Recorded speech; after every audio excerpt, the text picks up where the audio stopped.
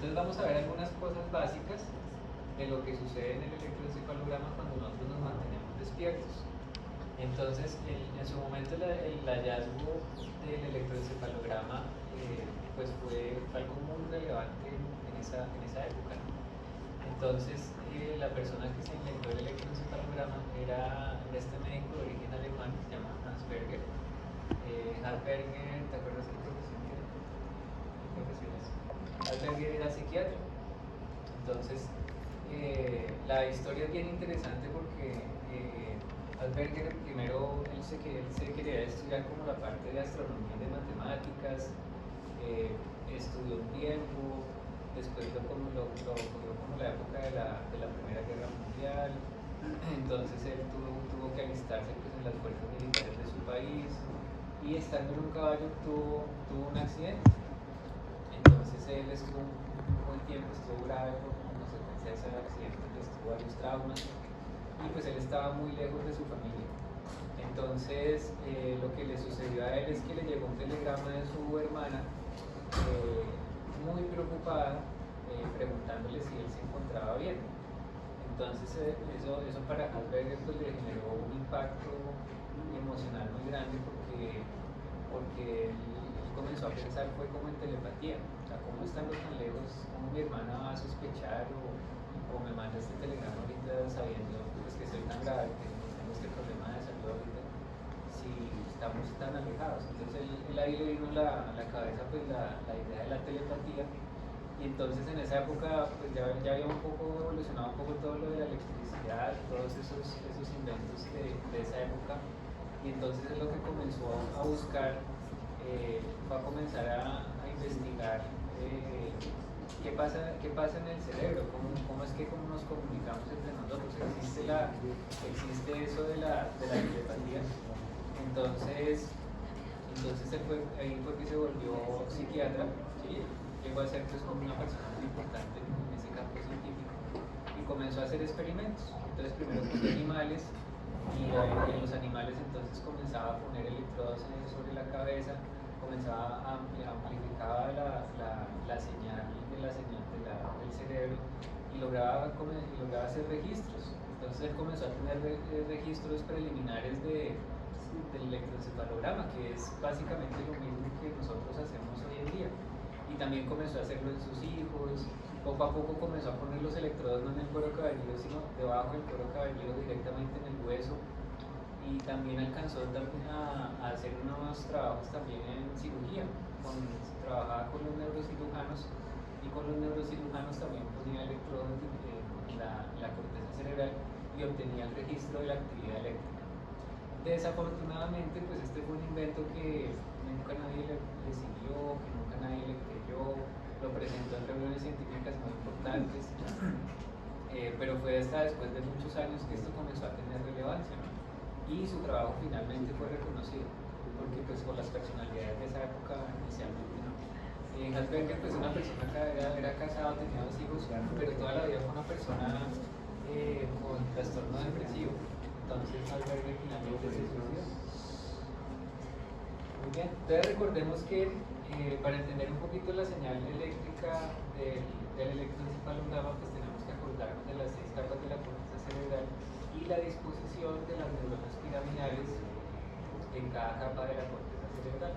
Eso es muy importante porque la señal eléctrica depende de la comunicación entre las neuronas piramidales. Recordemos que el potencial de reposo de una neurona es de menos 70 voltios, ¿sí? Y pues para despolarizarse tiene que ocurrir una serie de eventos en los cuales se abren unos canales para que el sodio, se cierran otros canales y para que se hiperpolarice pues deben ocurrir eventos inversos. Ese es el potencial de acción dentro de una neurona que tiene que propagarse hasta la terminal sináptica para hacer que el neurotransmisor se libere en la fibra sináptica y estimule pues, la membrana postsináptica. Eso es lo que sucede normalmente, ¿no? En el caso del electroencefalograma, la señal la obtenemos de todos esos potenciales que son postsinápticos. ¿Sí? Recordemos que todo ese tráfico de inhibición y excitación genera una señal eléctrica.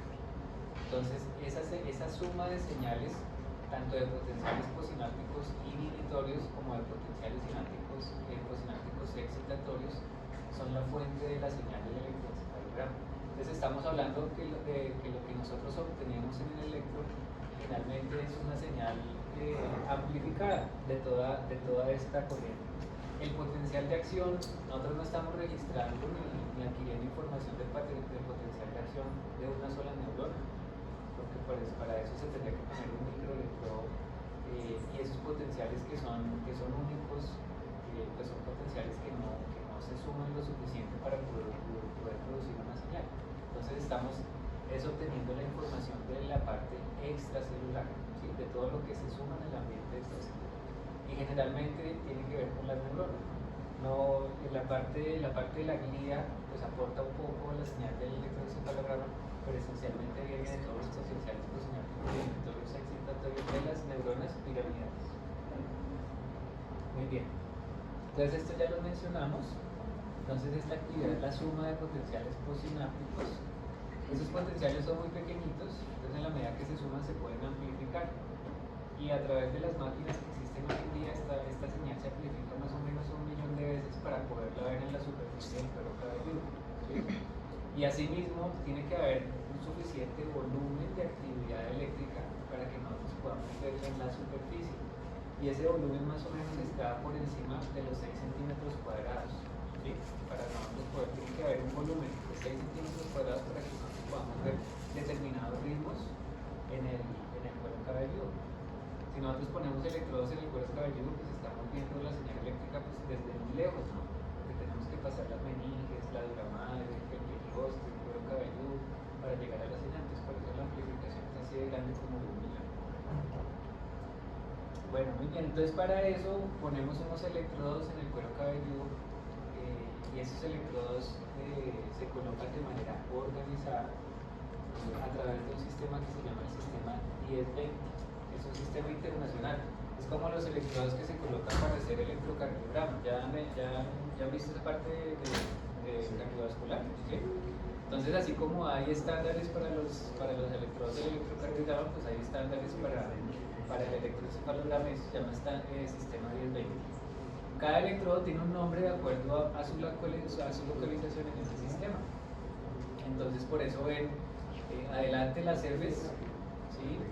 Que es de frontal, en la mitad las Ts, que son de temporal, o las Cs, que son de central, y atrás las Ps, que son de parietal, y las Os, que son de occipital, ¿sí? Y ven un número que a la izquierda son impares y a la derecha son pares.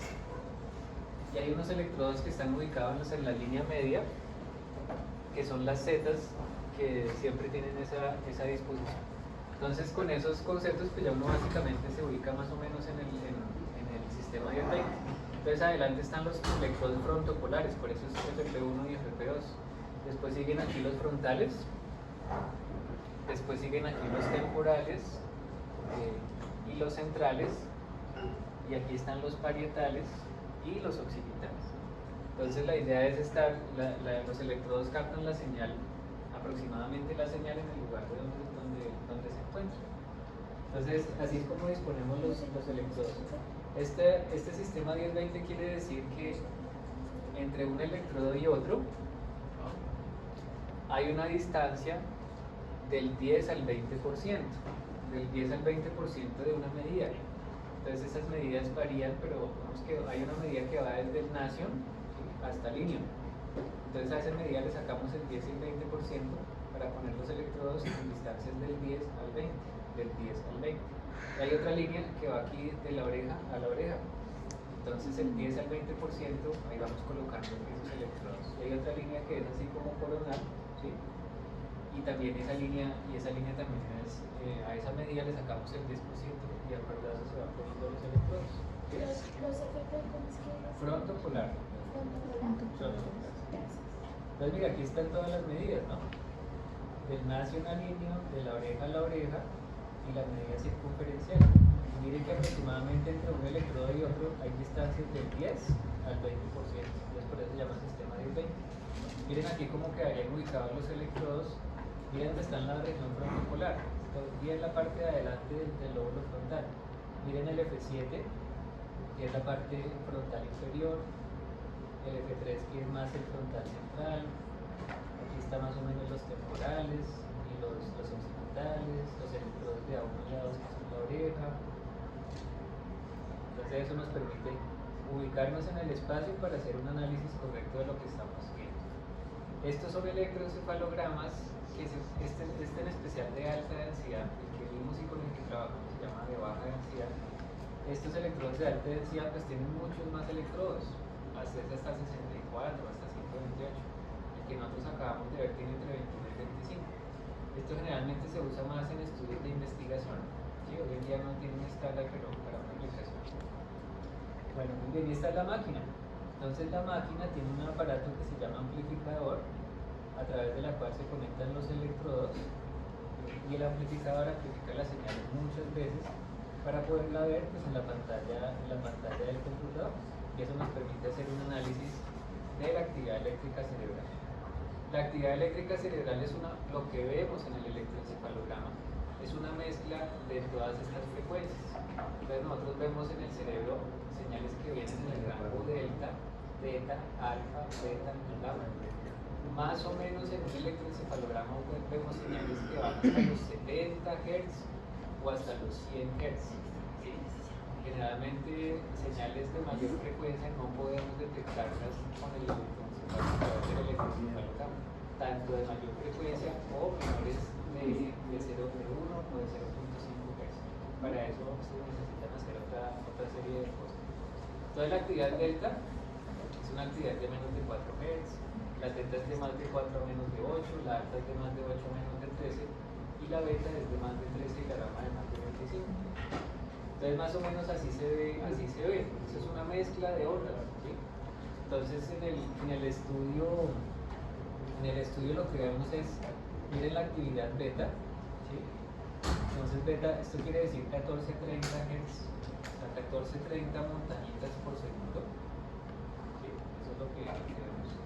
El alfa quiere decir de 8 a 13 Hz, entonces aquí vemos 1, 2, 3, 4, 5, 6, 7, 8, 13 Hz por segundo.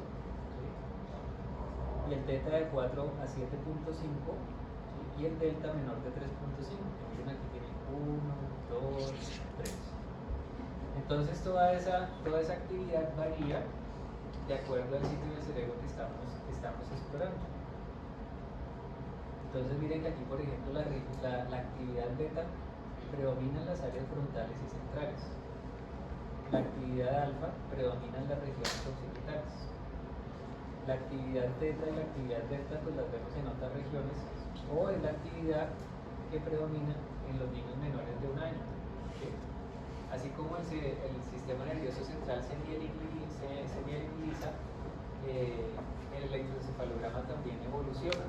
¿Sí? La actividad eléctrica cerebral también evoluciona. Al principio, en un recién nacido prematuro o un recién nacido recién formado, ¿sí? Se puede comenzar a ver actividad eléctrica que es muy ocasional. Pero en la medida que los niños van creciendo, se van madurando de manera eléctrica también. Muy bien, entonces, ¿qué vemos en un electro de vigilia normal? Vamos a ver primero las cosas de vigilia, después vamos a entrar a introducir un poquito la parte de sueño. Entonces, en un electro de vigilia normal vemos actividad beta, vemos movimientos oculares, porque cuando estamos despiertos estamos parpadeando todo el tiempo. Entonces el movimiento ocular es una actividad que está fuera del cerebro, pero la vemos en el electroencefalograma. Vemos actividad muscular, vemos actividad teta en las regiones temporales y vemos actividad alfa en la región posterior. Entonces así es como se ve el electroencefalograma. Miren que en la parte de abajo tenemos el registro de electrocardiograma, porque siempre todo electroencefalograma lleva el registro de electro. Y esto es un registro de vigilia que es normal. Ahí a lo que uno le llama la atención es que esta primera mitad de la pantalla de trazado es diferente de esta segunda mitad. ¿Sí? Entonces, ¿qué sucede en una persona en vigilia normalmente? Una persona en vigilia con los ojos abiertos, ¿sí? Está en esta parte, ¿sí? Y esta es la misma persona en vigilia, pero con los ojos cerrados. Entonces esto es un término en el electroencefalograma muy importante, que es la reactividad del ritmo alfa. Entonces recordemos que el ritmo alfa es una frecuencia que está entre los 8 a 13 ciclos por segundo y lo vemos generalmente en las regiones posteriores. Entonces miren todas donde dice O1, O2, O1, O2, vamos a ver el ritmo alfa en la región occipital. Entonces miren que aquí en esta región occipital tenemos una frecuencia de 1, 2, 3, 4, 5, 6, 7, 8, 9, 10 Hz, porque esto es un segundo, ¿sí? Y se ve igual en ambos lados. Entonces es el ritmo alfa que se ve en las regiones posteriores de un paciente en vigilia, ¿sí? Así es como se ve el electroencefalograma de un paciente en vigilia. Y miren, aquí dijimos también que vemos movimiento ocular. Miren que el movimiento ocular lo vemos por el contrario, donde están los electrodos cerquita donde están los electrodos frontoculares, ¿sí?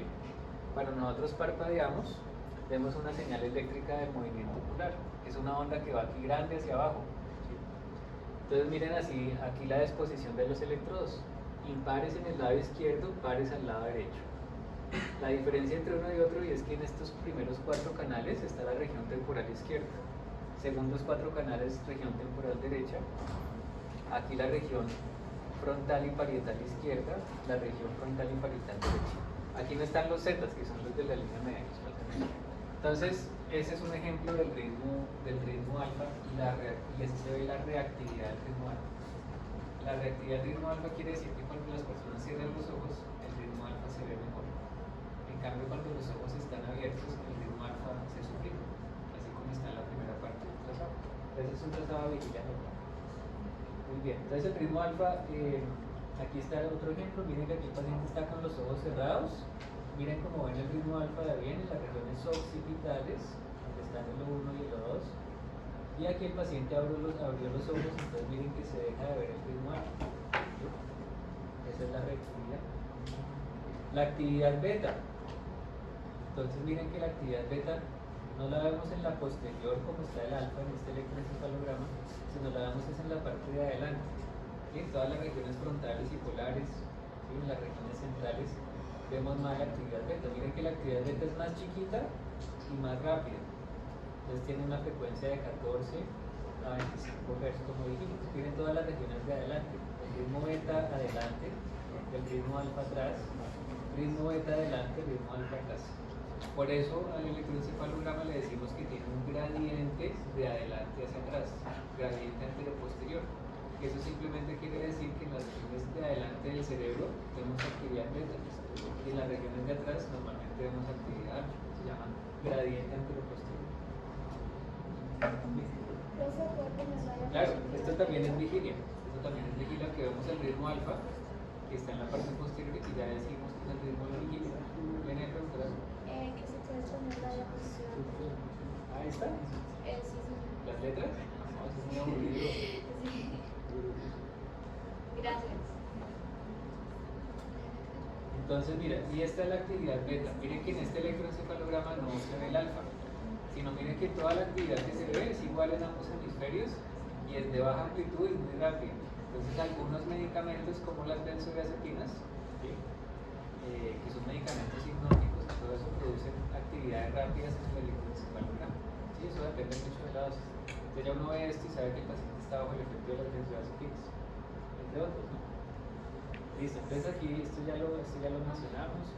Cuando hacemos un electroencefalograma ponemos a los pacientes a hacer varias cosas, porque uno de los objetivos del electroencefalograma es el diagnóstico de pacientes con epilepsia. Entonces hay pacientes que tienen epilepsia y cuando se les pone a hiperventilar, ¿sí? Hiperventilar es hacer un estímulo vigoroso de aumentar la frecuencia respiratoria, ¿no? Entonces cuando los pacientes hiperventilan durante 2 o 3 minutos en determinados tipos de epilepsia podemos ver la actividad epiléptica, las descargas epilépticas o incluso a veces una crisis epiléptica. Y así mismo pasa cuando ponemos estímulos lumínicos. Entonces los estímulos lumínicos se administran con un aparato que se llama fotoestimulador, que se pone a 30 centímetros con los ojos cerrados, y ese estímulo es un estímulo que se coloca a determinadas frecuencias, a 3 Hz, a 6 Hz, a 9 Hz, a 12, hasta llegar a 30 Hz. Ese estímulo pues lo que hace es llegar a la corteza occipital, y cuando llega a la corteza occipital pues produce un potencial visual. Entonces en algunos pacientes con epilepsia ese estímulo lumínico también puede facilitar la aparición de las descargas epilépticas. Eso son las que se hacen. ¿Bien? Por eso hay personas epilépticas que no tengan discotecas o sitios donde tengan ese tipo de estímulos porque pueden. Claro. Bueno, ya han visto personas convulsionar. Entonces vamos a ver algo. Miren que el paciente aquí está, este es un examen de electroencefalograma, pero también estamos grabando video. Entonces se llama video electroencefalograma. Y este paciente, pues miren que tiene ahí los electrodos, ¿sí? Todos están pegados en la cabeza. Miren el amplificador donde está el aparato, miren los cables y todo eso. Y el paciente en este caso, como tiene epilepsia, lo que hacemos es bajar la dosis de sus medicamentos con el fin de ver algunas de sus crisis epilépticas, porque esto puede ser muy relevante para su tratamiento. Entonces miren esta crisis.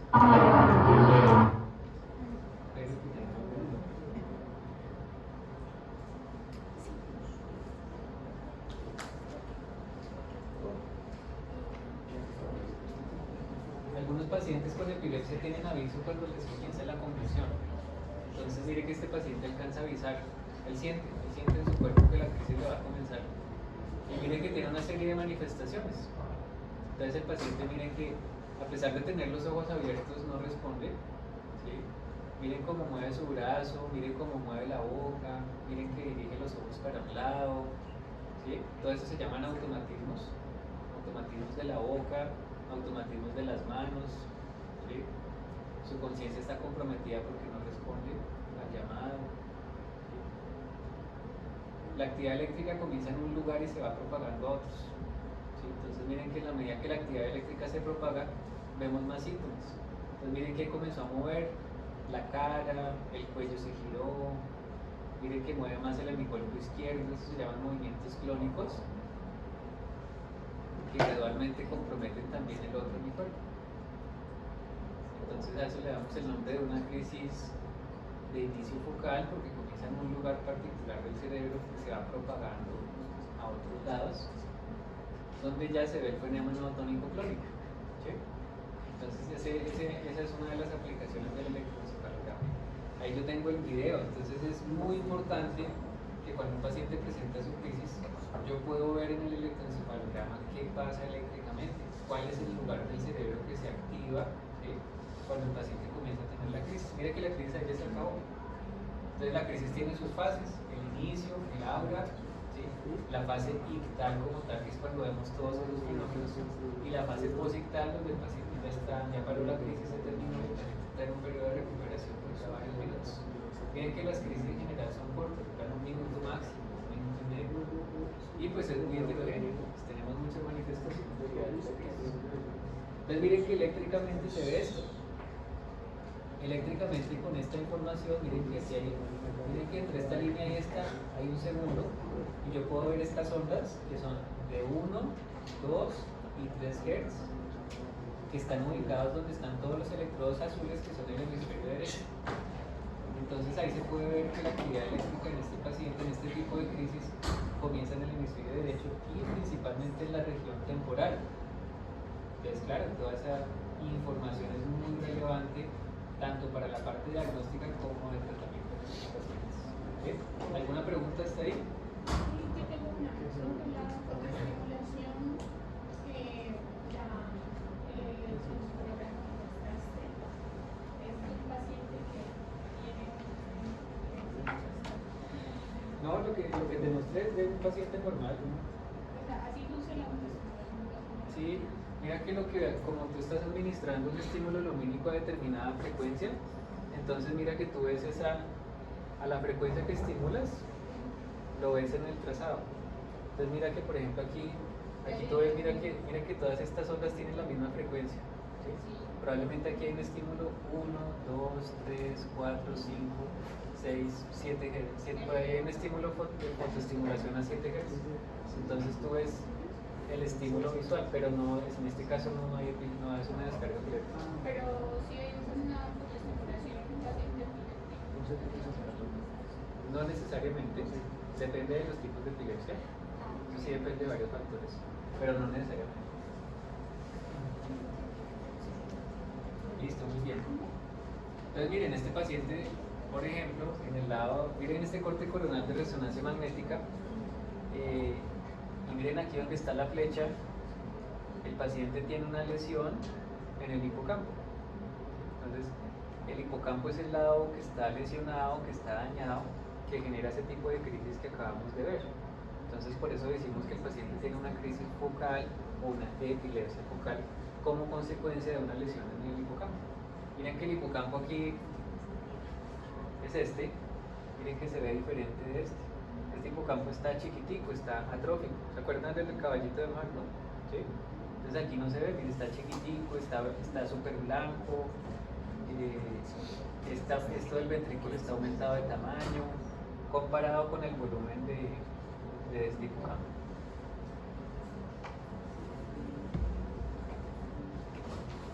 Entonces la epilepsia es muy heterogénea y las manifestaciones dependen del lugar del cerebro donde se origina.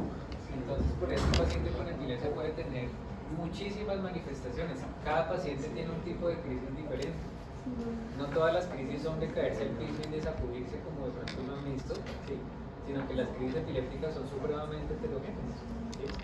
Entonces, por ejemplo, miren que aquí en este paciente que tenía epilepsia del lóbulo temporal, en la región del hipocampo, ¿sí? Pues tenía esas manifestaciones de automatismos, de compromiso de la conciencia. Epilepsias de esa zona pueden producir alucinaciones en el olfato, como vimos. Fuera del paciente que vimos con alucinaciones olfatorias que tenía una lesión del hipocampo en las clases anteriores, ¿sí?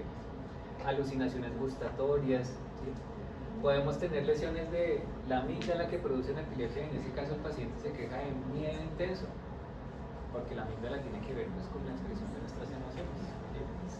Tenemos crisis de la ínsula, que es una estructura con muchas funciones, entre otras autonómicas, que puede dar, por ejemplo, una sensación aquí de ahogo, como si lo ahorcaran a uno, como si lo sofocaran. ¿Sí ven? Creo que sí he escuchado que pacientes que tienen epilepsia usualmente también pueden desarrollar otros trastornos mentales como depresión, cosas así. Claro, claro, sí, eso es. La epilepsia es lo que tú ves, pero detrás de la epilepsia los pacientes y sus familias experimentan muchas cosas. Porque tú sabes que la epilepsia es una enfermedad que en nuestro medio todavía se estigmatiza, ¿sí me entiendes?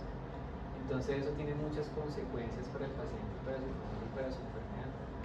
Entonces un paciente con epilepsia es muy frecuente que tenga depresión, ¿sí? Ansiedad, incluso a veces psicosis, ¿sí?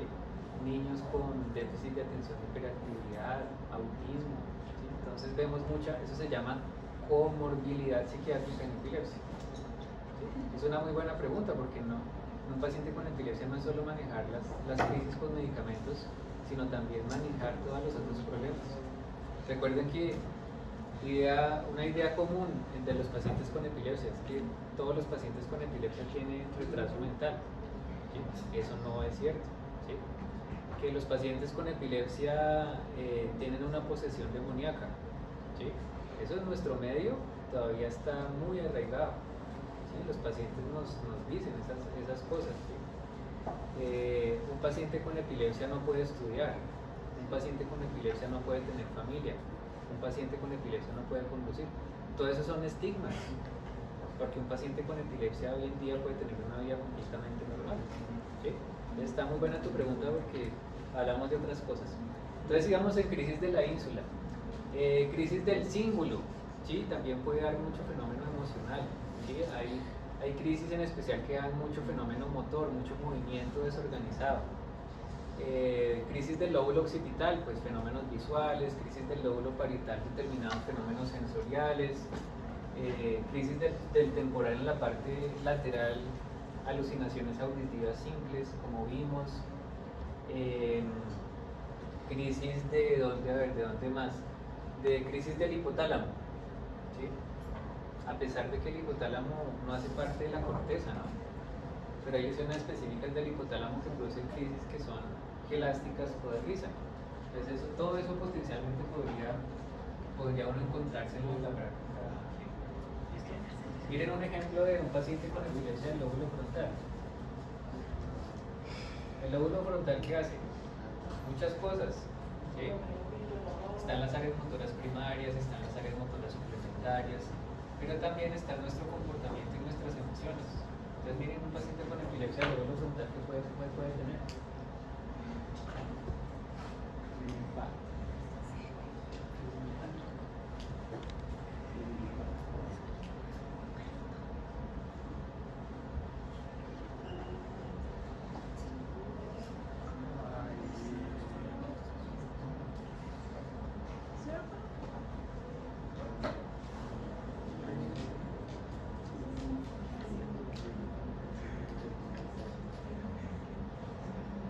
Desde ahí él está presionando el botón porque está avisando que le dio la crisis. ¿Sí la vieron? Eso es una crisis, eso es muy heterogéneo, cada paciente tiene su propia crisis. Esa postura de elevar los brazos en forma tónica, eso es un síntoma motor del área motora suplementaria. Entonces por eso una crisis del lóbulo frontal. Miremos otra crisis del lóbulo frontal pero con diferente manifestación.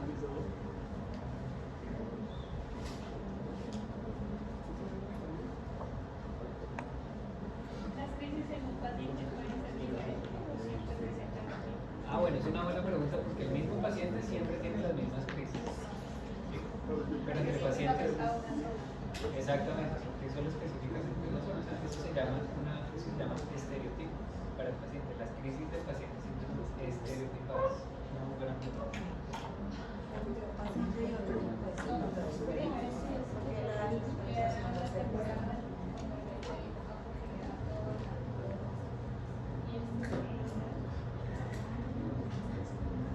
miren, este paciente también avisa. No todos sienten aviso.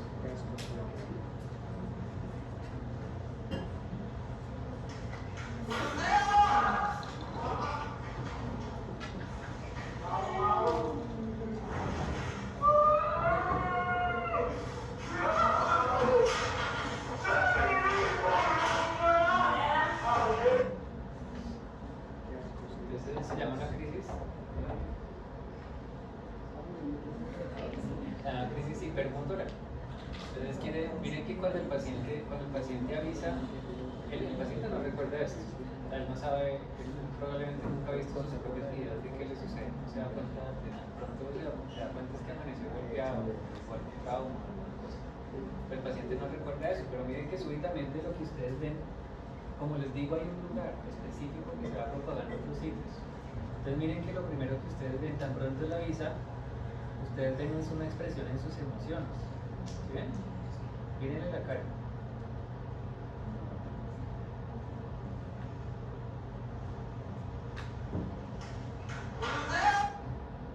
¿Sí ven?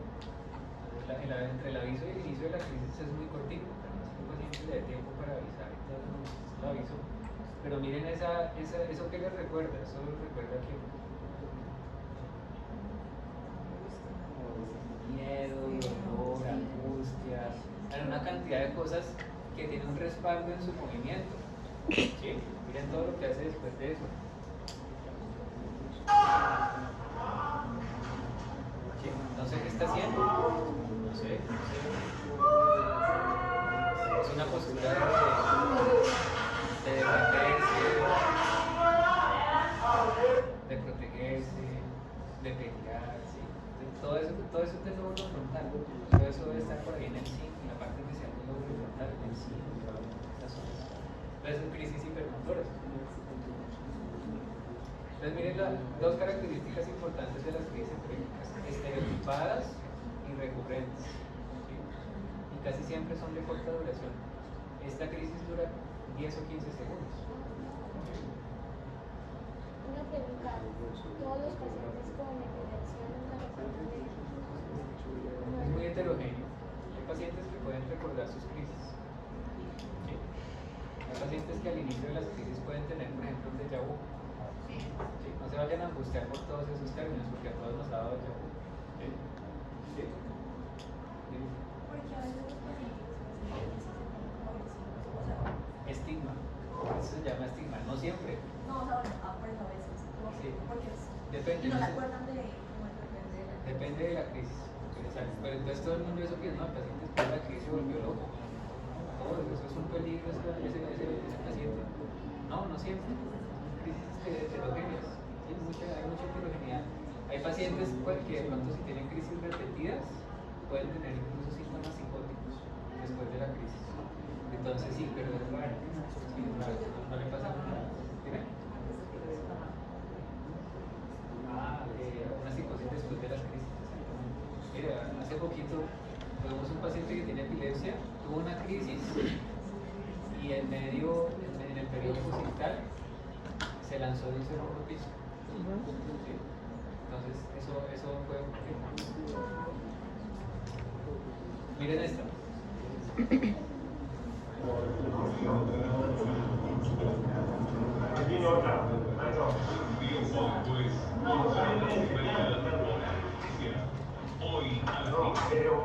Contá del 1 al 10. No, el 10. Contá del 1 al 10. ¿Qué pasó? ¿No te acordás de nada? ¿No te acordás de nada? ¿Qué te reías? ¿Algo más? ¿Qué estabas haciendo por la cosa? Bueno. ¿Qué es esto? ¿Esto? Bueno, ¿esto? Control. ¿Seguís todavía con eso? Contá del 1 al 10. Contá del 1 al 10. ¿No podés? ¿Pasó? Entonces, ya lo dije que se llama crisis. Crisis. Lo acabamos de decir. Crisis elástica. Crisis la crisis de risa. ¿Sí? Entonces miren ¿qué tal? Imagínense ustedes reírse pero no querer hacerlo. ¿Sí? Esto viene de repente. El paciente, la risa no tiene ningún respaldo. Yo no me quiero reír. ¿Sí? No lo puedo controlar. Buena pregunta. Cuando hay risa hay varios lugares que pueden estar afectados. La risa puede ocurrir en lesiones de cualquier lugar del sistema límbico, ¿sí? Pero específicamente cuando uno ve este tipo de crisis elástica, ¿dónde hay la lesión? En el hipotálamo. ¿Sí? Miren, esto se llama un amartoma. Se llama un amartoma del hipotálamo. Aquí está, miren la hipófisis y el tallo hipofisiario. Miren el hipotálamo, está aumentado el tamaño. Esta es una epilepsia por una mutación genética. Bueno, muy bien. ¿Sí? Y ese tipo de crisis como para diferenciar una cantidad de risa normal. ¿Cómo sabe hasta qué tipo esa risa puede ser normal o no? Eso es una buena pregunta. Entonces mira que eso es lo que estamos viendo ahorita. ¿Sí? Mira que ahorita nos ayudamos de herramientas diagnósticas. Entonces uno tiene que corroborar, ¿sí? Por estudios de electroencefalograma o de video electroencefalograma, que cuando el paciente se ríe suceden determinados cambios eléctricos en el cerebro. ¿Sí me entiendes? En el electroencefalograma. Diferente de cuando uno se ríe normalmente. ¿Sí me entiendes? Claro, porque hay muchas cosas que se parecen a la epilepsia y no lo son. ¿Sí me entiendes? Entonces ahí eso se llama diagnóstico diferencial. Yo veo algo que me parece una crisis epiléptica, pero pueden ser muchas cosas. Entonces todo eso hay que corroborar. Por eso es lo importante pues, del ejercicio clínico. ¿Sí? Adquirir información, interrogar, preguntar por los antecedentes, hacer un examen neurológico. ¿Sí? Ese es el objetivo, eso es lo que ustedes están convirtiendo, en llegar a hacer todo ese proceso. Pero esa es la idea básica es esa. Por eso la importancia del electroencefalograma. Es una herramienta muy útil para la parte diagnóstica. Bueno, están haciendo preguntas muy interesantes. Bueno, entonces ahora, ¿qué sucede en sueño? Entonces el sueño tiene dos componentes muy importantes. Entonces en el sueño tenemos el sueño no REM, ¿sí? Si nos dormimos en clase, por ejemplo, entramos en sueño no REM o en sueño REM. Claro, exactamente. Entonces sueño no REM, ¿saben qué significa REM, cierto? REM en inglés o MOR en español. movimiento ocular rápido. Eso significa REM. Entonces el no REM es la parte inicial del sueño. ¿Sí? Generalmente se nos disminuye el tono muscular y nuestros ojos pues no se mueven. Esa es como la definición estricta de lo que sucede en el sueño no REM. Sueño REM pues quiere decir movimiento ocular rápido. En el sueño REM sí se nos mueven los ojos porque estamos soñando, ¿sí? Entonces esa es la diferencia. Y cuando estamos en sueño REM, pues tampoco se nos mueven los ojos, pero no el resto del cuerpo, porque el tono muscular estamos completamente paralizados. Eso es lo que sucede normalmente. De lo contrario, pues gravísimo, porque lo que soñamos pues lo actuaríamos, ¿sí o no? Muy bien. Y esto se tiene que repetir en ciclos de 90 minutos. Tiene que pasar un tiempo hasta de 90 minutos para que lleguemos al sueño REM. Y es súper importante que esto suceda de manera secuencial. ¿Sí? Además de pues, el tálamo, pues, que regula como el sueño y que mantiene un anterior con el dormir y la enfermedad, perdón. Las personas sonámbulas se supone que pues tienen una alteración en esta parte, que por eso ellas como que tienen, además de que sueñan, pues lo hacen, pero no hay otra alteración, por ejemplo, en otras áreas del cerebro. Pues buena pregunta, vamos a ver algo de eso. Generalmente cuando estamos en sueño REM, las conexiones talamocorticales, ¿sí? están prácticamente inhibidas, ¿sí? Generalmente nosotros nos despertamos más fácil del REM que del no REM, ¿sí? Eso sucede. En el caso del sonambulismo, ¿sí? En el caso de los terrores nocturnos, entonces se llaman parasomnias y son alteraciones del sueño no REM. ¿Sí? Generalmente, no siempre hay una lesión, una alteración, pues generalmente más frecuentemente son alteraciones emocionales que tienen que ver con el desarrollo del sistema nervioso central. Por eso es algo que se ve más en los niños. De aquí por lo menos hay 5 o 10 que tuvieron sonambulismo en niños. ¿Sí? Es raro que los vea adultos. De pronto si de pronto ya pasan muchos días trasnochados y toman alcohol, de pronto les da un episodio de sonambulismo. ¿Sí? Pero entonces no siempre es eso, pero tiene que ver con esa alteración talamocortical. ¿Sí? Y que en esos casos del sonambulismo y los terrores nocturnos tienen que ver con alteración. Vamos a profundizar un poquito en eso.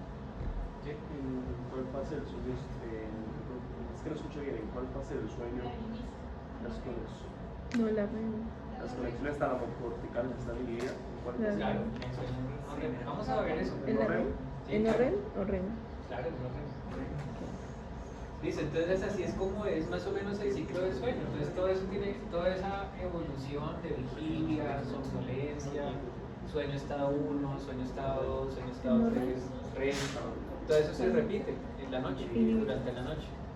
Entonces miren que esto se llama, este es un ejemplo de la arquitectura del sueño en un estudio que se llama polisomnograma. ¿Sí? Entonces miren que aquí el paciente se acostó a las 10 de la noche y se levantó a las 6 de la mañana. ¿Sí? Entonces miren que aquí está en vigilia, aquí está más o menos la actividad eléctrica de lo que sucede en cada fase. Así es el vigilia, así es el REM, así es el sueño en parte 1, sueño en parte 2, sueño en parte 3. Y en la medida que pasa la noche, el paciente va alcanzando diferentes fases de sueño profundo, ¿sí? Y diferentes fases de sueño REM. ¿Sí? Miren en el transcurso de la noche, ¿sí? Cómo los periodos de REM se van volviendo más largos. ¿Sí? Casi siempre que nos levantamos por la mañana, pues hay quienes se acuerdan de los sueños, hay otros que no. ¿Sí? Pues realmente se levanta muy cerca de esta parte, ¿no? Y el sueño profundo miren que va disminuyendo. ¿Sí? Eso es lo que sucede normalmente. Los periodos de REM más largos, los de sueño profundo más continuos. Entonces miren que esos ciclos tienen la U, porque todo esto se llama un ciclo ultradiano, diferente de los ciclos circadianos. ¿Saben qué significa circadiano? Circadiano quiere decir cerca de un día, o sea, 24 horas. ¿Sí? Los ciclos que son menores de 24 horas se llaman ultradianos. Un ejemplo de un ciclo ultradiano es el sueño. ¿Sí? Seguro vamos a encontrar muchos más ciclos en el organismo que tienen que ver con la nutrición, con las funciones autonómicas, pero en este caso el sueño es un ciclo ultradiano. profesor. Ultra. Ultra. Ultra. ¿Sí? Es que no entendí cuál es el sueño. Es ultra, ¿no? Pues vamos a ver. Ultra. Entonces miremos aquí, esto se llama hipnograma. ¿Sí? Entonces miren que aquí el paciente está despierto, ¿sí? Y miren que aquí llegó a la fase 1 del sueño, después se profundizó más y llegó a la fase 2 del sueño, y se profundizó más y llegó a la fase del sueño profundo, ¿sí? Más baja. Y aquí pasó al REM. El REM está muy cerca del vigilia porque son muy parecidos. El REM se parece al vigilia, el no REM es muy diferente del vigilia. Se parece al REM al vigilia por la actividad eléctrica, porque ahí nos despertamos más fácil, por varias razones el REM es como muy parecido al vigilia. Entonces por eso lo hacemos en ese esquema. Eléctricamente pues, se va a ver diferente, porque ya vemos la parte de vigilia en el eléctrico. Entonces ahora vamos a ver algunas cosas del sueño. Bueno, muy bien, entonces ¿qué tiene que suceder? Ya vimos qué tiene que suceder para mantenernos despiertos. Entonces ahora aquí son mecanismos súper complejos. Aún más los mecanismos para dormir, pues tienen que pasar muchísimas cosas, ¿sí? Todo supremamente organizado, como un switch, ¿sí? O se prende o se apaga, pero pues no puede haber en el sueño, en el día, estados intermedios, ¿sí? Entonces tienen que pasar muchas cosas para que esto funcione de manera correcta. Entonces todos estos estudios comenzaron a hacerlos en gatos, ¿sí? Entonces como los gatos son tan buenos para dormir, entonces les comenzaban a poner electrodos en la cabeza, y ahí fue donde comenzaron a ver que no, pues que el gato cuando se duerme mueve mucho los ojos. Entonces, ¿qué pasa en el REM? ¿Qué pasa en el REM? ¿Qué pasa en el cerebro? Y todas esas cosas. Entonces, al mismo tiempo que registraban, entonces también hacían lesión. Entonces, si a un gato le cortaban el mesencéfalo, ¿qué pasaba? Si hacían un corte, una transección a nivel del mesencéfalo, ¿qué le pasaría a los gatos? Lo acabamos de ver. ¿Qué le pasaría? ¿Quedaría él? No. En el mesencéfalo no, quedaría en estado de coma, claro, porque se interrumpen todas las conexiones del tallo con la corteza, ¿sí? ¿Y qué le pasaba a los gatos si le hacían transecciones en el bulbo, ¿sí? O en la unión entre el bulbo y el puente? ¿Qué perdían el sueño REM? ¿Sí? Entonces ahí esta fue información pues, muy importante que comenzó a traernos más conocimiento. ¿Y qué comenzó a pasar entonces más adelante? En la época de la Primera Guerra Mundial, si escucharon, hubo una epidemia de una encefalitis que era la encefalitis letárgica. Entonces, todos esos pacientes tenían una característica y es que morían en un estado de sueño profundo, ¿sí? Entonces, en esa época, pues todos los estudiosos de esa época, había uno que se llamaba Von Economo, ¿sí? Entonces, Von Economo, ya vieron neuronas, ¿dónde están las neuronas? Entonces, Von Economo lo que hacía era comenzar a estudiar esos cerebros. Entonces se los llevaba al laboratorio y los exploraba. ¿Dónde se lesionaron estos pacientes? ¿Dónde tuvieron lesiones para que murieran en ese estado? ¿Por qué morían en ese sueño profundo? Entonces Von Economo se dio cuenta que uno de los factores que tenían en particular todos estos pacientes es que tenían lesiones del hipotálamo posterior. ¿Sí? ¿Ustedes conocen algo importante en el hipotálamo posterior que nos mantenga despiertos? Porque todos los pacientes de la encefalitis letárgica pues lo tenían dañado. ¿Mira?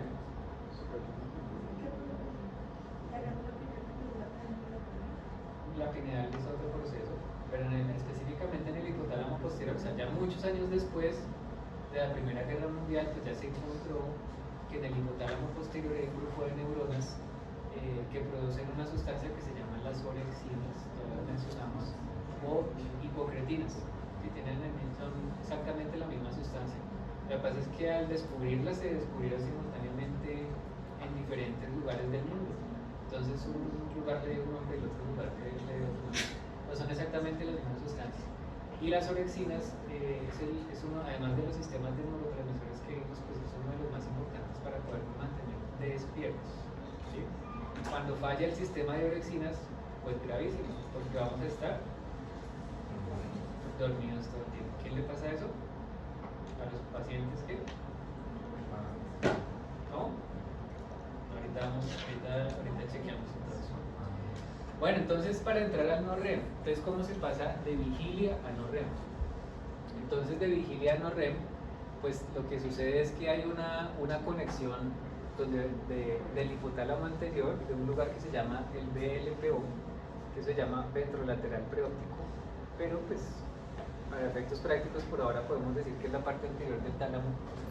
Tiene unas conexiones que son GABAérgicas con la parte posterior del hipotálamo, ¿sí?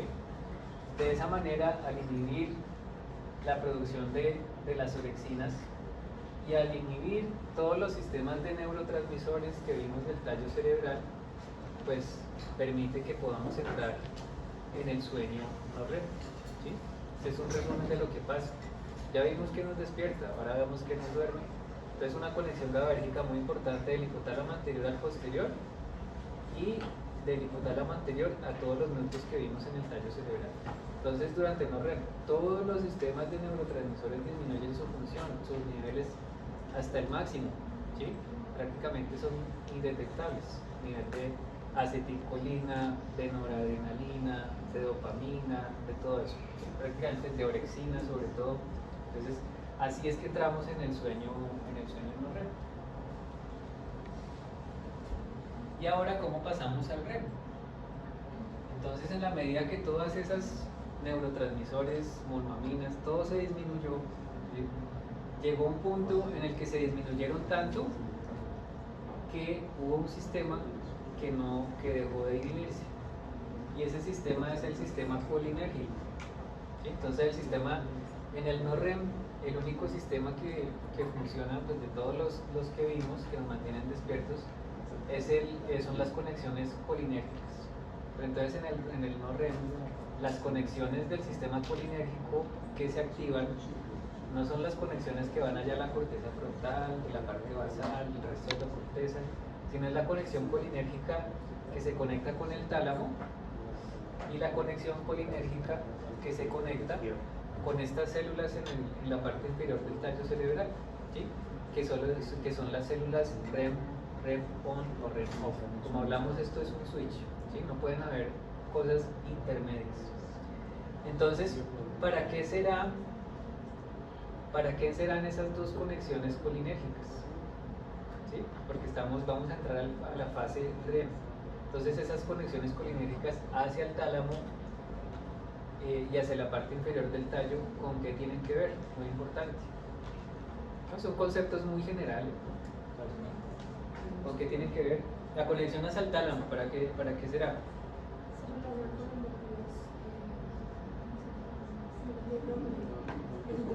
profesor? Sí, pues.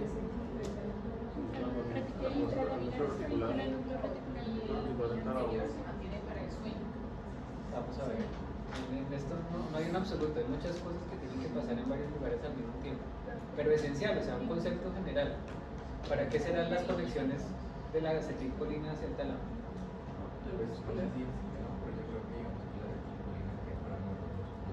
¿Para poder qué? No tanto. ¿Para qué? ¿Para qué? ¿Por qué está activo el sistema colinérgico en el sueño REM? ¿Qué permite que suceda? Pues, no sé qué relación. Nosotros somos como que nuestra especie ha evolucionado tanto, pero siempre anteriormente siempre era como alerta. Y se supone que, pues, no sé, como que antes veíamos cazando o algo así. Y en cualquier momento tenemos que despertar. Entonces nunca tiene que cortarse esa conexión porque si ocurre algo, yo tengo siempre el neurotransmisor colinérgico para que ocurra el movimiento. Entonces siempre están los intranumerales inhibiendo, pero está llegando el neurotransmisor para que en caso tal yo pueda despertar. Obviamente me va a costar un poco, pero no voy a tener que ir sincero, pero creería que sería. Claro que sí. En el sueño no REM, que como mencionamos, toda la conexión talamocortical tiene que estar supremamente inhibida para no recibir estímulos externos, ¿no? Que nos despierten. Y en dado caso, pues nos despertamos, nos va a costar más trabajo, pero pues lo vamos a poder hacer de manera inmediata y responder con una respuesta de vida. No, pero más fácil. No se relaciona lo de crear los sueños. Eso, muy bien, claro. Entonces tiene que haber una conexión del tallo con el tálamo y del tálamo con la corteza para poder soñar, ¿sí o no? ¿Claro? ¿Cómo? El anterior intralamular. Ah, ¿del tálamo? No. ¿Qué parte sería para poder soñar? Para poder soñar, ¿con qué parte del tálamo se juntaría con el tálamo? Para soñar. Una cosa es el sueño profundo, ahorita vamos a ver eso.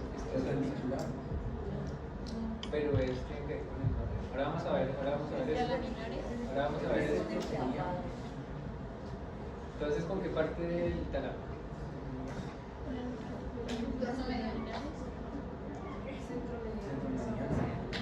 Entonces, esta es una vía muy importante para poder soñar, que eso produce ondas cerebrales también. Entonces, esta vía se llama ponto genículo calcarina, ¿sí o no? Ahí ya está más fácil de entender. Geniculado lateral, ¿sí? Y corteza calcarina. Ponto genículo calcarina. Esa es la conexión que nos permite soñar, ¿sí o no? Eso es simple. Eso es la conexión del sistema colinérgico hacia arriba, ¿sí? ¿Y para qué será la conexión colinérgica hacia abajo?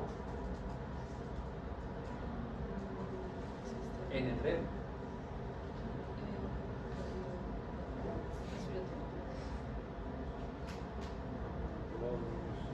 Que esto es aburridísimo si les pongo letras y letras y letras y letras, por eso es los gráficos. ¿Ah?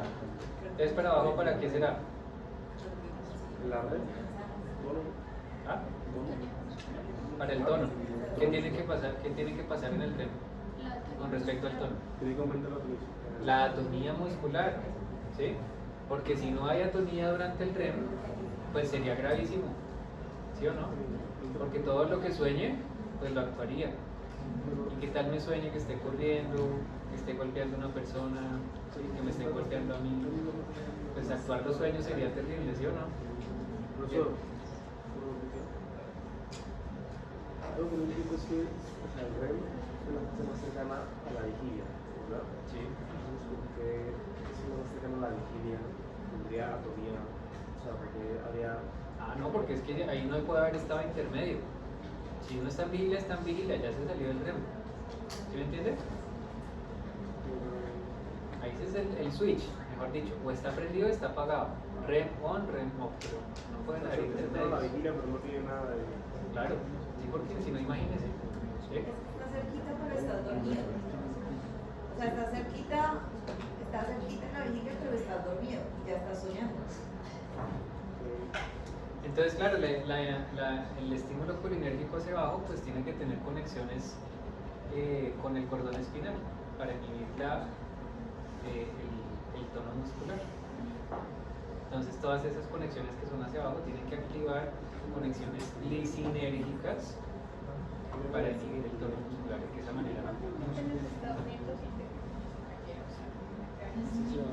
Sí, se llaman mioclonías del sueño. Son normales, ¿sí? Son normales, eso depende. En estas fases del sueño normalmente el no REM también el tono muscular está disminuido, ¿no? Pero pueden, tanto el no REM como el REM tienen o fases tónicas o fases fásicas. Entonces de pronto durante las fases tónicas uno tiene un discreto movimiento muscular, ¿sí? En el caso del REM los ojos, en el no REM las arterias, ¿sí? Son cosas normales. Sí sería patológico tener mioclonía despierto, tener sobresalto despierto. ¿Le iba a preguntar alguna cosa más? ¿Sí? ¿Cuál es el sueño ligero y cuál es el sueño pesado? ¿Cuál es qué? ¿Cuál es el sueño ligero y cuál es el sueño pesado entonces? ¿Cómo ¿Pero a así? qué te refieres? De las fases Cuando del dice REM y no REM. vigélica. Pues en cuanto a la facilidad de despertar. Mejor sueño superficial y sueño profundo. ¿Sí? Sí, claro, profundo. El no REM lo vimos, ¿no? Sí, los REM, pues, eso es más profundo. Una parte más... Sueño superficial, fase 1. Sueño profundo, fase 3. ¿Sí? Profe, otra preguntita. ¿Qué tan cierto es eso de que nosotros soñamos como antes de despertar? Porque yo he escuchado Mira el que dibujito. Mira que, sí, claro, porque mira que durante la noche, mira que el primer REM de la noche fue cortico, pero en la medida que pasó el tiempo los REM se fueron alargando, ¿sí ves? Entonces probablemente aquí te va a coger, te va a despertar. ¿Por qué? Porque tiene Dime. está tanto el sueño. Por eso sueña así. Sí, se acorta, mira que se acorta el sueño profundo y se alarga el sueño REM. Eso es lo que Pero, o sucede sea, uno normalmente. empieza a soñar desde antes. Mira, Pero es muy corto. tiene que pasar. Siempre que estás en esa fase sueñas. Sí, entonces te va a preguntar cuánto tiempo tiene que pasar para que llegues al REM. Lo acabamos de ver. Una hora, pues sí. Como pasa demorado el Más de ciclo, una hora. Mira, se acostó a las 10 y después de las 11 apareció el Media, como una hora y una 90 media. minutos. Exactamente. Es patológico si yo me acuesto y de una vez entro al REM. ¿Sí? Eso podría pasar en algunas situaciones normales, pero usualmente no. ¿Sí? Bueno, listo, entonces está claro el REM y el no REM, ¿cierto? Bueno, pues entonces, ¿qué regula eso? ¿Qué hace que todos esos procesos se inicien? Todo, así como hablamos, cuando hablamos de ganglios basales, todo esto son teorías, todo esto se entiende basados en la patología, basados en la lesión cerebral y todas esas cosas. Entonces, por eso todo esto es limitado, ¿sí? Hay muchas preguntas que no podemos responder, pero esto es lo que más se acerca un poco al funcionamiento. Entonces, ¿qué nos hace dormir? Entonces, dos cosas grandes, ¿sí? ¿Se han escuchado hablar de la adenosina? ¿Sí o no? Bueno, ¿de dónde viene? ¿Ah? ¿De dónde viene la adenosina? Bueno, eso es algo que no sabemos muy bien. Puede que la adenosina venga de los productos metabólicos, de los productos del metabolismo de nuestro organismo. Entonces, en la medida que la adenosina se acumula, ¿sí? Pues comenzamos a dormirnos. ¿Qué hacemos para no dormirnos? Café. Claro, porque el café es un antagonista del receptor de adenosina. ¿Sí o no? Entonces esa es una teoría grande, que la adenosina es el principal mecanismo a través del cual inicia el ciclo del sueño. Para ustedes en esta generación van a escuchar hablar de la adenosina en absolutamente todas las patologías, ¿sí? Que tienen que ver el sistema nervioso central más. Cuando yo estudié medicina no se hablaba tanto de la adenosina. Entonces hoy en día se saben más cosas. Hay personas que por la cafeína, ¿sí?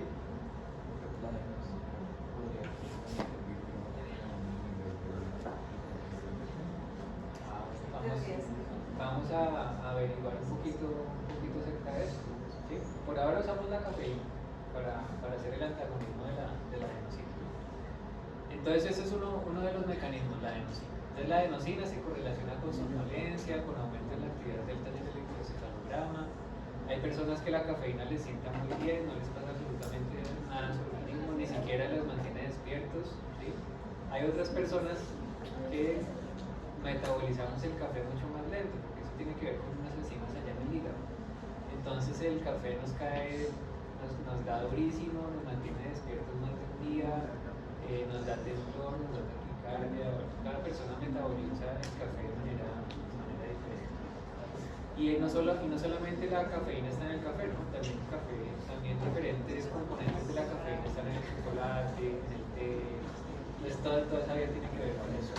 Bueno, y el otro mecanismo regulador, entonces eso sí tiene que ver ya con la iluminación, ¿sí? Entonces ya se tienen que sincronizar los ciclos circadianos, ¿sí? con nuestro sueño, ¿sí? No solo con nuestro sueño, ¿sí? Con nuestros horarios de comer, ¿sí? Con la parte de todas nuestras funciones autonómicas, con absolutamente todo.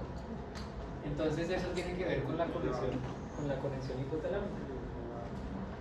Entonces miren el receptor de la adenosina.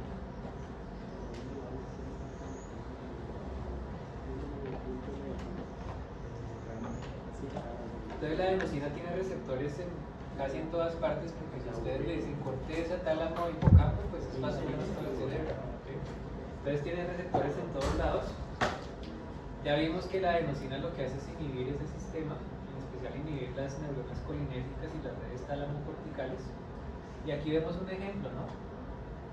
Todas las estructuras son muy importantes para el sueño, tanto para iniciarlo como para pasar de no REM a REM. Entonces aquí vemos varias estructuras implicadas. Miren que aquí está la corteza, miren que está el claustro. ¿Habían escuchado hablar de para qué sirve el claustro? ¿Sí? Está la amígdala, está el pálido externo, está el núcleo dorsomediano, está el área tegmental ventral. Miren que el área tegmental ventral dijimos que era un núcleo dopaminérgico que tiene conexiones con el núcleo accumbens, que es un núcleo dopaminérgico, ¿sí? Que nos mantiene despiertos. Entonces todo este sistema pues es complejo y está interconectado. Estas no son las únicas conexiones. Pero miren este circuito en especial del claustro, del tálamo y de la amígdala. Parece que es un ciclo súper importante para pasar del no REM al REM. Y pues ahí pasan cosas súper importantes, como vamos a mencionar.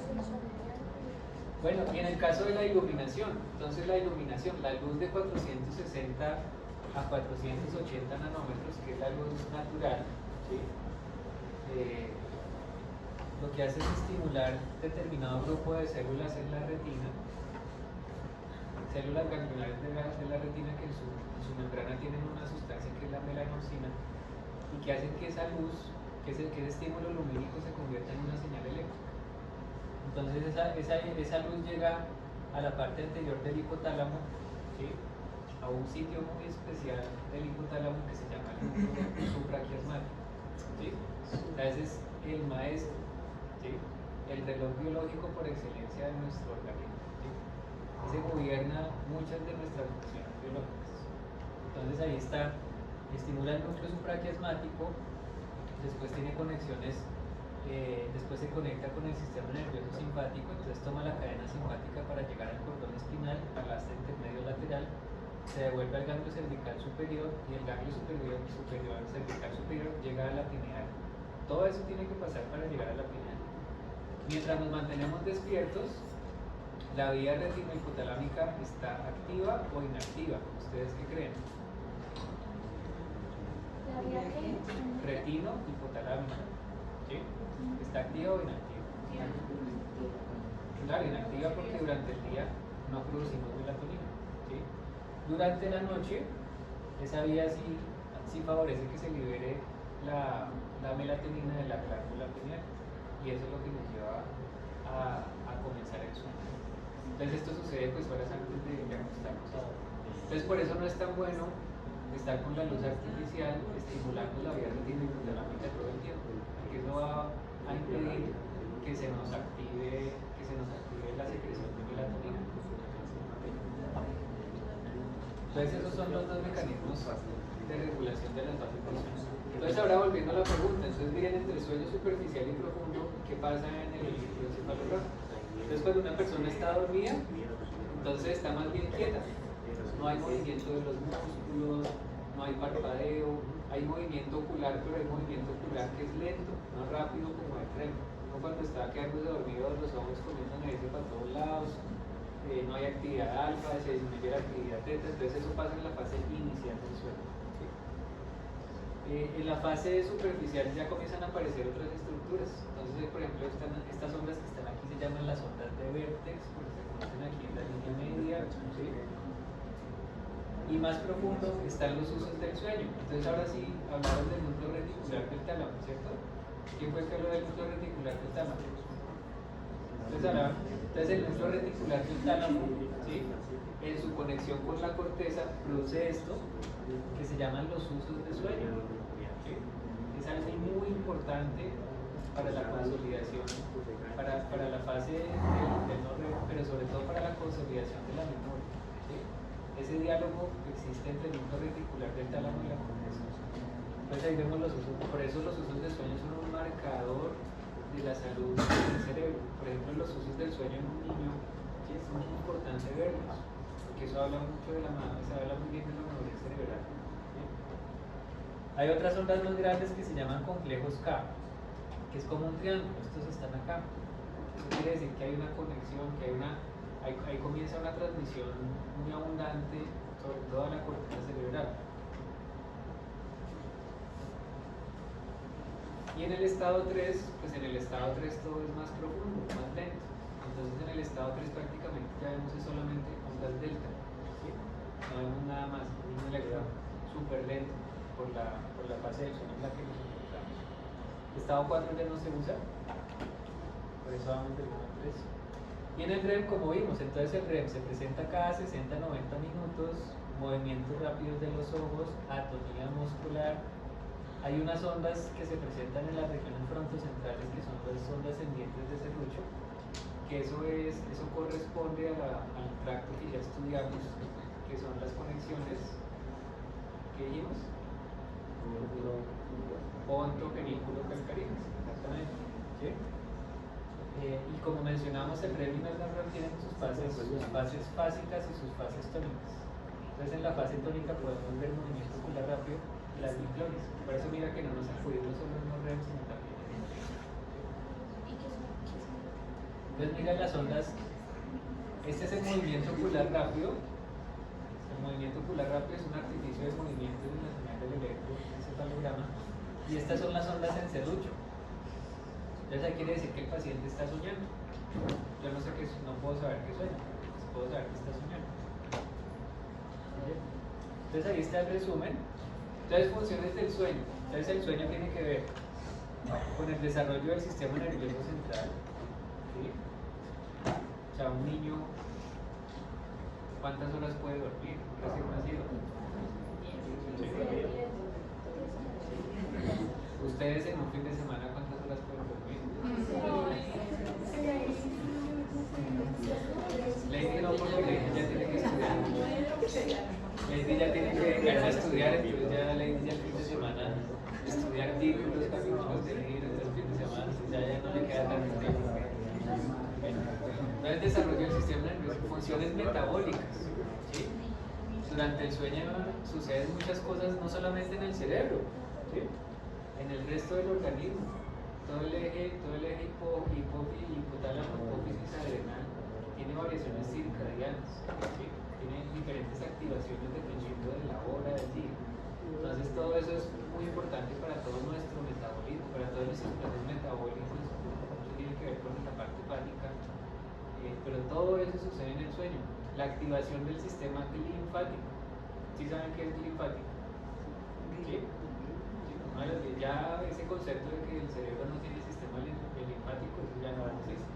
Entonces tenemos un sistema que llama linfático, que todavía en los libros aparece que el cerebro no tiene sistema linfático. El sistema linfático se encarga de metabolizar todos los desechos del sistema nervioso central.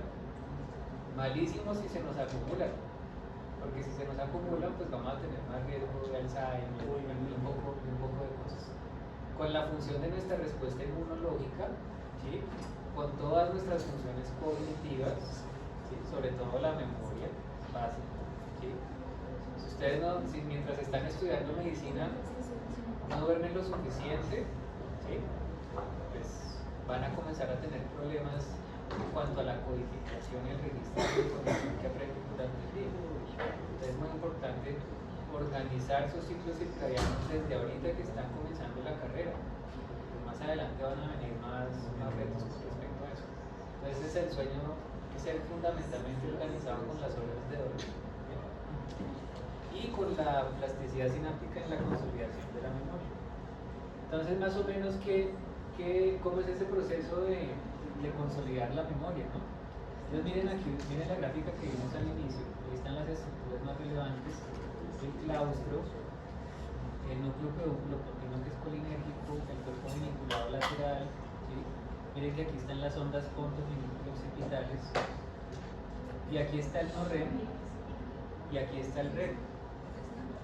Entonces miren que durante el no REM, pues hay una conexión muy importante, ¿sí? Un diálogo constante entre el hipocampo y varios lugares de la corteza cerebral.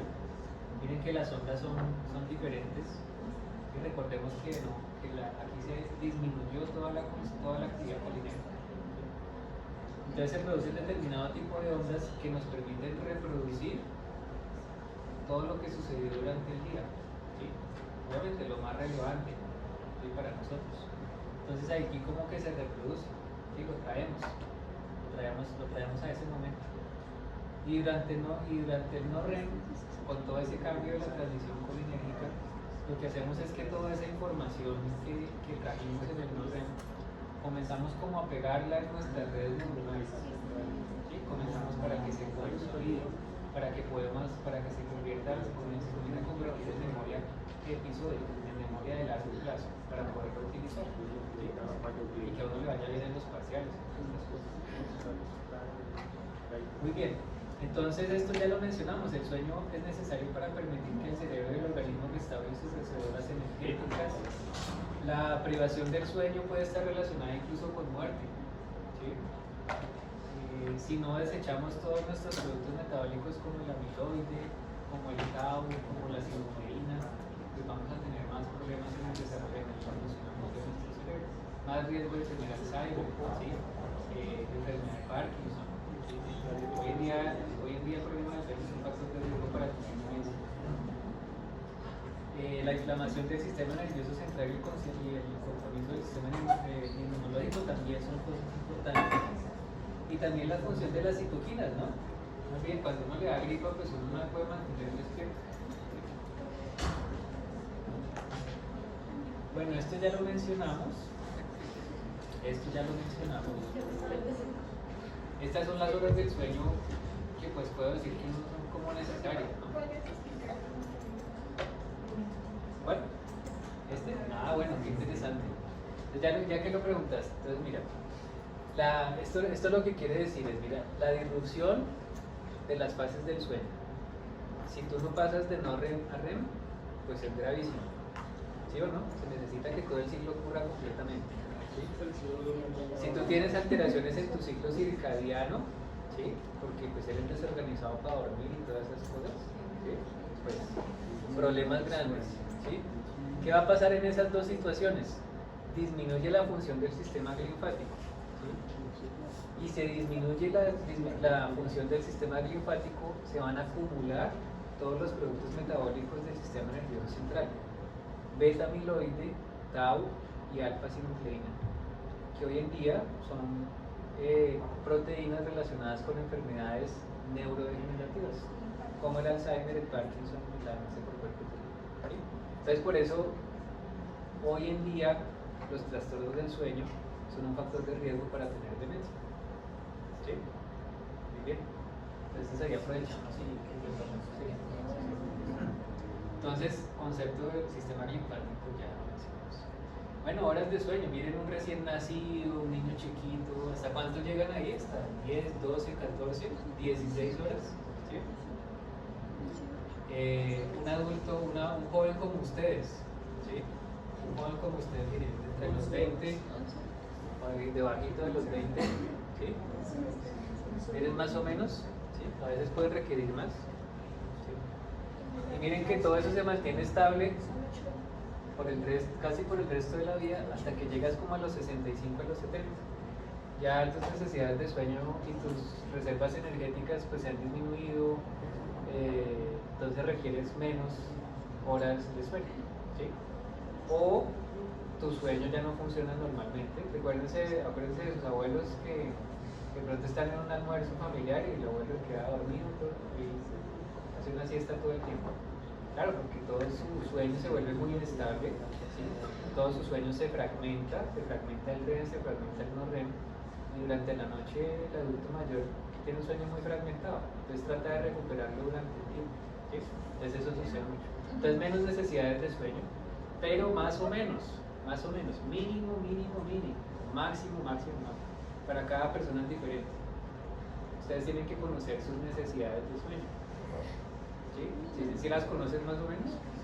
El número de horas que uno necesita para sentir que se despertó fresco, que su sueño fue reparador, que pudo hacer todas las cosas durante el día, concentrarse, poner atención a clase. A veces no es suficiente porque uno hace clase y queda dormido, ¿sí? Sobre todo en la tarde. Y a veces uno cree que sueña, ¿sí? Y puede pasar. ¿Tú estás preguntando?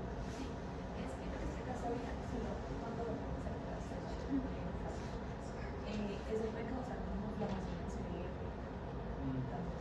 Sí, claro, inflamación a nivel celular, molecular.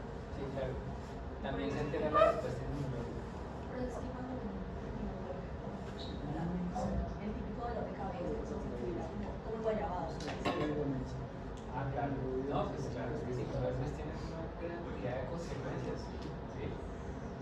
cantidad de consecuencias. De hecho, el Guinness Record del no dormir, ¿cuánto duró? Como 14 días. Obviamente no lo pudieron seguir haciendo porque no lo permitieron. O sea, ya no se puede permitir que eso sea un Guinness Record, pero pues duró como 14 días, me parece. Algo así. No, son unas consecuencias terribles de la falta de la privación del sueño. ¿Sí? Una pregunta. Usted comentó que cuando ocurre una disrupción del sueño, es decir, que no se pasaba de no REM a REM, eso generaba, bueno, causaba neurodegeneración, ¿verdad? Claro, es un factor de riesgo. Sí, entonces, anteriormente ya he escuchado que uno puede dormir, digamos, 20 minutos, media hora, para evitar llegar a la fase del sueño REM, como que ese sueño, digamos, que uno dormece poquitico, a uno lo ayuda, digamos, a descansar para poder seguir continuando. Usualmente yo llego, duermo un ratito y me pongo a trabajar. Entonces, realmente eso es más nocivo que funcional. No, eso es buenísimo. Eso es buenísimo, pero la siesta, o sea, la siesta es buenísima. Lo que pasa es que si uno la siesta la hace muy larga y uno llega al REM, a eso sí no es bueno, porque eso va a alterar el ciclo de sueño en la noche. ¿Sí? Pero la siesta es buenísima. Si ustedes tienen el tiempo de hacer una siesta de media hora o de 15 minutos, les va a ir mejor en clase, en los parciales y en la vida. Una siesta es un hábito buenísimo. La fundación hay salón, ¿cierto? La fundación hay salón. Todas las empresas tienen salón para hacer siestas. Entonces mínimo 6 horas para un adulto promedio. Puede que ustedes necesiten más. Si necesitan 9 está bien. A veces más no es tan bueno. Un fin de semana a veces puede dormir más, pero es que ¿qué pasa cuando los fines de semana ustedes duermen más? ¿Sí? ¿Cómo se levantan el lunes? Claro, obviamente se desequilibra mucho el ciclo de sueño-vigilia y no es tan bueno dormir más de la cuenta. O sea, mínimo 6, máximo 9, de pronto hay personas que necesitan un poquito más. Pero hay que ir conociendo su cronotipo, eso se llama cronotipo. Hay personas que son más madrugadoras, hay personas que son más nocturnas, más búhos. ¿Sí? Eso depende, pero pues hay que acomodar el ciclo del sueño a las necesidades de uno. Es importante. Después van a ser turnos de noche, ¿sí? Entonces eso tiene otras consecuencias. Entonces desde joven es muy importante ser muy cuidadoso con el sueño. Cuando tengan hijos, yo supongo que sus papás a ustedes los han molestado mucho con eso. ¿Sí? Háganle caso a sus papás, porque si uno lo organiza desde niño, desde jovencito, eso va a ser mejor, va a ayudar en muchas cosas. Bueno, entonces entre 6 y 9 horas. ¿Sí?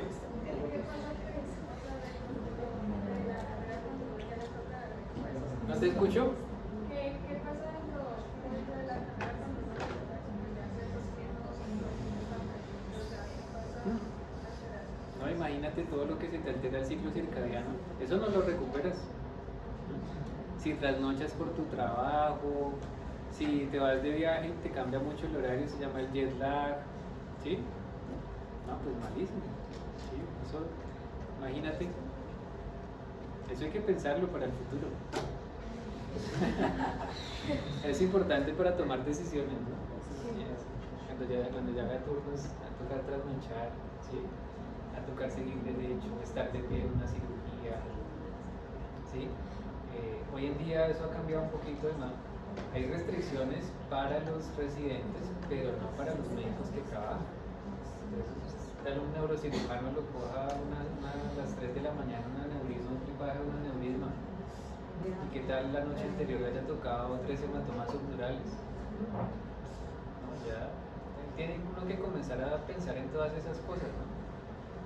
Eso depende de muchos factores. Lo importante es la motivación, ¿sí? Realmente la motivación que ustedes tengan por hacer las cosas, ¿sí? Y pues finalmente, si seas cirujano, pues te va a tocar, cuando salgas a trabajar, te va a tocar equilibrar todas esas cosas.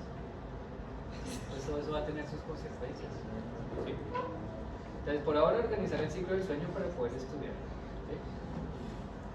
Bueno, diferencias entre el himnograma de arriba y el himnograma de abajo.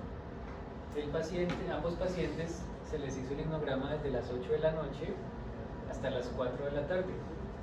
¿Qué diferencia hay entre ambos?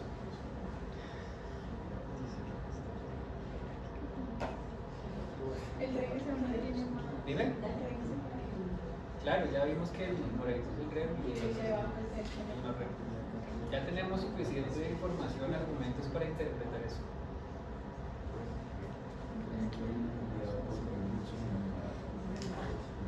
Sí, esa es una buena conclusión. Y no solo en la noche, ¿sabes? No solo en la noche, sino en el día. ¿Qué más? Tienes razón, los episodios de red son más Los corticos. sueños profundos son más cortos acá, pero acá sí un sueño profundo bastante largo. Muy bien, esa es una buena observación. De 11 a 4. Es una fragmentación del sueño. Claro. Otra conclusión.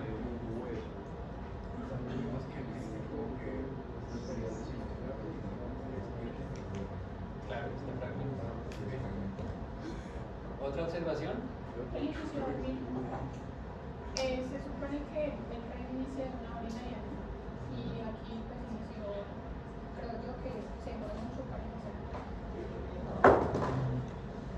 Pero mira que es que está, pero mira que está ahí antes de comenzar el REM estaba despierto. Ah, eso que está viendo. Es güey, mira, esto es despierto, Ah, sí, despierto, sueño REM, fase 1, 2 y 3. Otra observación. A ver. Siempre nos llega a la más fácil. Otra observación. Ya lo dijimos, ya lo mencionamos varias veces. Se demora mucho pasar al REM. ¿Cómo? Estando en no REM, se demora mucho, o sea, se demora mucho llegar a no REM, de ahí abajo. Tiene un espacio, uno de los periodos que cae hasta el sueño, hasta la fase 3 del sueño, se demora mucho en lograr el REM, incluso se despierta. ¿Qué más? ¿Qué? ¿Cuál es tu idea? Pues que digamos que en este caso, o sea, que ya hemos visto que para dormir se quitan los conocimientos, es como la Se queda, exacto. ¿Este paciente cómo está? Jodido.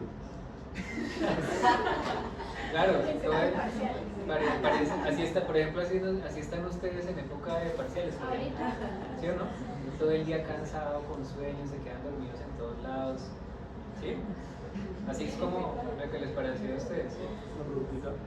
A las 8, el de abajo, es un periodo en el que se despierta un momentico, pasa instantáneo, cae a REM, cae como a una especie de no REM y vuelve a REM. Ese periodo Esa es la observación básica de esto. Otra vez. que a las 8 el paciente, digamos, pues la persona se levanta un momentico, cae a no REM, vuelve, se despierta, no llega a REM, No tiene la 1 hora y media. ahora cae rápidamente a REM, cae otra vez a no REM, suavecito y vuelve a REM. Claro, exacto. No pasa el tiempo, o sea, tan pronto se queda dormido, entra en REM. ¿Sí o no? ¿Sí está claro el concepto? Sí. Miren todos los episodios de REM que tuvo durante el día comparado con el de arriba. ¿Sí? Entonces no le pasan los 90 minutos. ¿Sí? Eso cuando entonces este paciente todo el día está con sueño, ¿sí? Y está hablando con una persona y se queda dormido, no es capaz ni de manejar porque ya le da susto porque se queda dormido medio en un semáforo. ¿Sí? Entonces el paciente tiene hipersomnia o somnolencia excesiva. Así se llama eso. Y esto en este caso es una patología que se llama la narcolepsia. ¿Sí? Entonces, ¿qué le hará falta a este paciente? En su cuerpo, en su cerebro. ¿Qué? Exactamente, muy bien. Entonces ya vimos que el sistema de la orexina es supremamente importante para mantenernos despiertos. ¿Sí? Hipocretinas o orexinas. ¿Sí? Si tú le tomas muestra de encefalografía de un paciente con narcolepsia, tiene los niveles de orexinas súper bajos. ¿Sí? Entonces esto es lo que pasa, este paciente tiene narcolepsia. Uno de los síntomas de la narcolepsia es la hipersomnia, pero tienen más síntomas. Los pacientes con narcolepsia tienen parálisis del sueño, que a todos nos puede pasar normalmente. ¿Sí? Si ustedes en épocas de privación de sueño pueden tener parálisis, es normal. ¿Sí les ha dado? Parálisis del sueño. Profesor, Hipersomnia. las orexínas son para mantenernos despiertos o para ayudarnos a dormir. ¿Qué cosa? Orexínas. Para mantenernos despiertos. Y en ese caso, No hay. no hay orexina. A ver, Cristina, entonces todo el tiempo el paciente entra en REM. Sí, se queda dormido todo el tiempo y cada vez que. Pero entonces tiene parálisis del sueño y tiene otro síntoma que se llama cataplejía. Y es que cuando el paciente tiene un estímulo emocional intenso, se cae al piso. ¿Sí? Eso puede suceder. Entonces, todos esos son los componentes de la narcolepsia. Afortunadamente, es una enfermedad bien rara.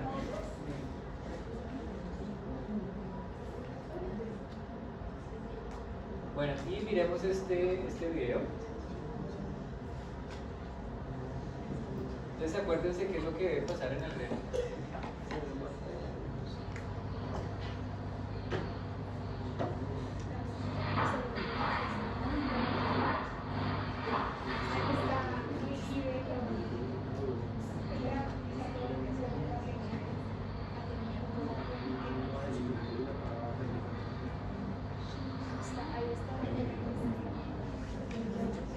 ¿Qué pasó? La fase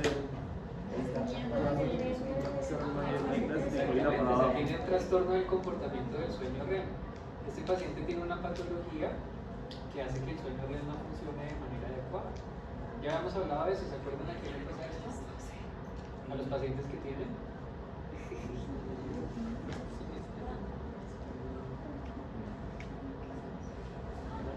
Es la enfermedad de Parkinson. ¿Sí? Miren otro ejemplo. Ustedes no tienen la atonía. Entonces generalmente tienen sueños violentos. Entonces, a veces recuerdan y a veces no. Entonces se sueñan que los persiguen, se sueñan que están en peleas, se sueñan que van a dar una patada, se sueñan un poco de cosas. Entonces actúan sus sueños y pues puede ser grave. Puede ser grave porque un paciente pues se puede mover mucho en dado caso y pues le pegan a las parejas, ¿no? Terminan durmiendo en camas separadas.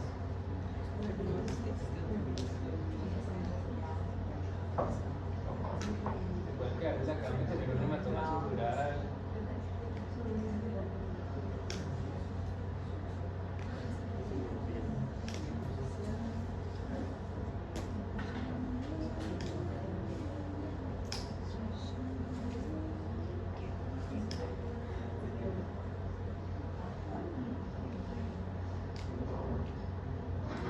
¿Qué estará soñando?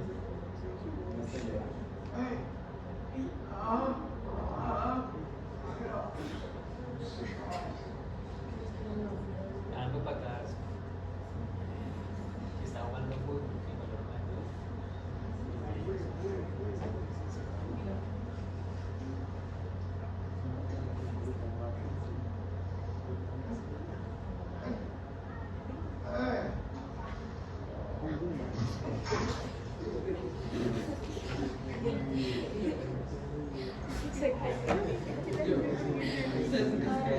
Este paciente con narcolepsia tiene cataplejía.